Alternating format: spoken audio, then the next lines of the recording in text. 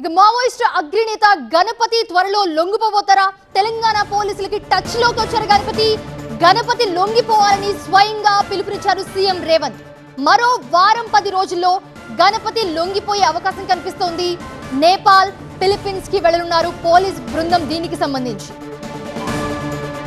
Ganapati surrender కి సంబంధించి మరింత సమాచారం మా బ్యూరో చీఫ్ విజయ్ అందిస్తారు.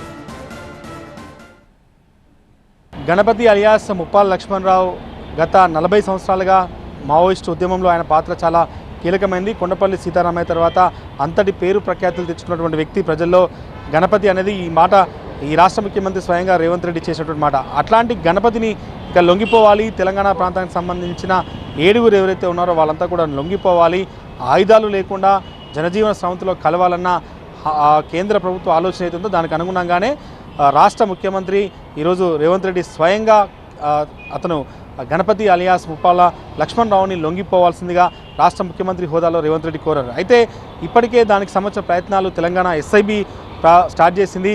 గణపతికి సంబంధించి ఎవరైతే టచ్లో ఉన్నటువంటి దేవుజీతో సహా కేంద్ర కమిటీ సభ్యులకు సంబంధించినటువంటి సమాచారం వాళ్ళ దగ్గర నుంచి తీసుకున్న తర్వాత గణపతిని అప్రోచ్ అయింది. గత 4 రోజులుగా గణపతి కుమారుడు పేరిట వచ్చినటువంటి ఆడియో కావచ్చు, లేకపోతే కొంతమంది ఆయన కుటుంబ సభ్యులు బంధువులు చేసినటువంటి విజ్ఞప్తి కావచ్చు, ఇవన్నీ ఒకవైపు ఉంటే ఈ రాష్ట్ర ముఖ్యమంత్రి రేవంత్ రెడ్డి స్వయంగా ఈరోజు గణపతిని లొంగిపోవాలి అని స్వయంగా కోరిన నేపథ్యంలో పరిణామాలు వేగంగా జరుగుతున్నాయి. మరొక వారం నుంచి 10 రోజుల్లోనే గతంలో దాదాపుగా 25 సంవత్సరాల పాటు మావోయిస్ట్ పార్టీకి సెక్రటరీగా పనిచేసి మావోయిస్ట్ పార్టీకి చీఫ్గా ఉన్న గణపతి తెలంగాణ పోలీసుల ముందుకి రాబోతున్నాడు. అయితే ఆయన టచ్లోకి వచ్చిన విషయాన్ని తెలంగాణ పోలీసులు ధృవీకరిస్తున్నారు. టచ్లోకి వచ్చిన మాట వాస్తవం, కానీ ఇంకా లొంగిపోలేదు. సో ఈ ప్రయత్నాలన్నీ కూడా లొంగుబాటుకు దారితీసేలా రాష్ట్ర ముఖ్యమంత్రి విజ్ఞప్తి చేశాడు. కాబట్టి ఖచ్చితంగా నేపాల్, ఫిలిప్పైన్స్లో ఆయన ఉన్నట్టుగా కొంత వార్తలు వస్తున్న నేపథ్యంలో 2 చోట్లకి కూడా తెలంగాణ ఎస్ఐబి వెళ్ళినట్టుగా తెలుస్తుంది. అతి త్వరలోనే అతన్ని హైదరాబాద్ తీసుకొచ్చి